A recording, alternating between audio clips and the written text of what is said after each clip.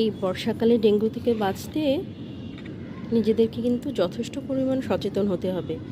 ফ্রিজে পানি জমে থাকা বা ফুলের টবে এভাবে যদি পানি জমে থাকে তাহলে সেই পানিতেই কিন্তু আপনার ডেঙ্গু মশা হয়। আমি আমার এই টবের নিচটাতে ছিদ্র করা আছে, কিন্তু মাটির চাপে হয়তো বা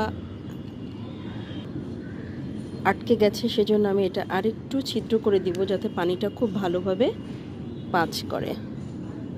এই যে এইভাবে আমি ড্রেনেজগুলো আর একটু যেন ভালোভাবে হয় সেজন্যে ঠিক করে দিচ্ছি। সাকুলেন্টগুলোতে এক একটা কলি এসেছে, কত বড় বড়, মাশাআল্লাহ। একসাথে 4টা সাকুলেন্টে কলি এসেছে, হয়তো কালকেই ফুটবে। ছোটো দিল